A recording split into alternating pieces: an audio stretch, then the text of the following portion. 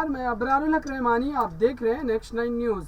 महाराष्ट्र में मंत्रिमंडल का विस्तार होना है, लेकिन इस बीच ऐसा लग रहा है कि एकनाथ शिंदे के गुट में ही अंदर खाने जो लड़ाई है वो चल रही है, क्योंकि एकनाथ शिंदे के बेटे से जुड़ी बड़ी खबर आ रही है सूत्रों के हवाले से। श्रीकांत शिंदे जो कि शिवसेना पार्टी से सांसद है, उन्होंने अब एकनाथ शिंदे यानी कि पिता के खिलाफ ही बयान देना शुरू कर दिया है। उन्होंने कहा कि जिस तरीके से एकनाथ शिंदे यानी कि मेरे पिता लगातार उन नेताओं को मंत्रिमंडल में शामिल करने की बात कर रहे हैं जिनका जमीनी स्तर से कोई लेना देना ही नहीं है, और अगर इस तरीके से वैसे चेहरों को मंत्रिमंडल में शामिल किया जाता है तो फिर आने वाले समय में एकनाथ शिंदे गुट की या तो कहें शिवसेना पार्टी की फिर से सत्ता में वापसी जो है वो असंभव लग रही है। लेकिन अब बड़ी बात यह है कि क्या एकनाथ शिंदे अपने बेटे के उस विचार का समर्थन करेंगे? क्या एकनाथ शिंदे के द्वारा जिस चेहरे को एक तरीके से मंत्रिमंडल में शामिल करने की बात कही जा रही है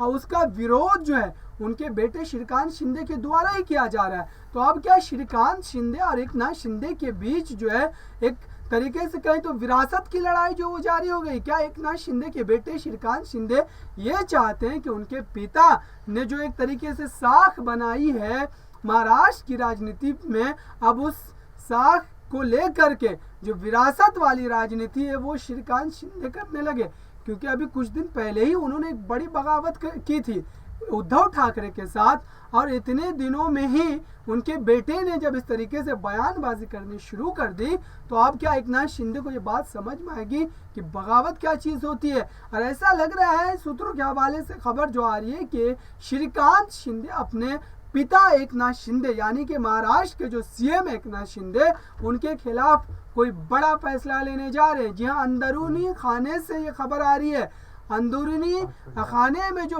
बड़ी बहस है वो चल रही है इस बात को लेकर के कैबिनेट विस्तार में किन चेहरों को शामिल किया जाए, किन चेहरों को आगे किया जाए, क्योंकि अगर कुछ चेहरों को ही आगे किया जाता है और बाकी तमाम चेहरों को छोड़ दिया जाता है तो फिर आप समझिए कि अगर 5-10 विधायक भी अगर एक साथ गुटबाजी करके अगर एकनाथ शिंदे के खिलाफ बयानबाजी करना शुरू कर देते हैं, एकनाथ शिंदे के खिलाफ मुहिम छेड़ देते हैं, तो फिर एकनाथ शिंदे की सीएम की कुर्सी जो है वो जानी तय है। और हो सकता है कि इस गुटबाजी में श्रीकांत शिंदे का भी रोल हो सकता है, क्योंकि श्रीकांत शिंदे जिस तरीके से सरकार के गठन के बाद लगातार एकनाथ शिंदे के तमाम फैसलों का विरोध करते हुए नजर आ रहे हैं, तमाम बातों को लेकर के वो कोई भी टीका टिप्पणी करते हुए आपको देखे जा सकते हैं।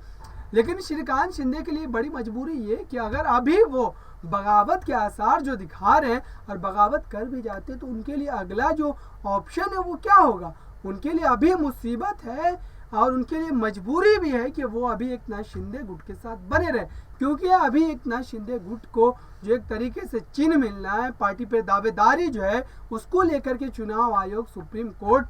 दोनों जगहों पर एक लड़ाई जो है वो लड़ी जा रही है। और उस लड़ाई का कोई जब तक अस्थायी फैसला नहीं आ जाता है तब तक एकनाथ शिंदे और श्रीकांत शिंदे दोनों असमंजस की स्थिति में बने हुए हैं कि अगर वो राजनीतिक यात्रा को आगे बढ़ाना भी चाहते हैं तो किस दिशा में चलेंगे, क्योंकि उनके साथ विधायक तभी चलेंगे जब उनके पास कोई बैनर होगा, जब उनके पास कोई निशान होगा पार्टी का, जब उनके पास पार्टी का कोई नाम होगा। बिना नाम, बिना निशान, बिना पार्टी के अब महाराष्ट्र जैसे बड़े प्रदेश में अपनी सियासत को आगे नहीं बढ़ा सकते हैं। और यही बड़ी वजह है कि अब तक मजबूरी के तहत ही दोनों जो बाप बेटे एक साथ नजर तो आ रहे हैं, लेकिन आने वाले समय में हो सकता है कि दोनों एक अलग अलग रास्तों पर आपको चलते हुए देखे जा सकते हैं। फिलहाल के लिए इतना इस रिपोर्ट में। देखते रहिए ताज़ा तरीन खबरों के लिए नेक्स्ट 9 न्यूज़ को। धन्यवाद।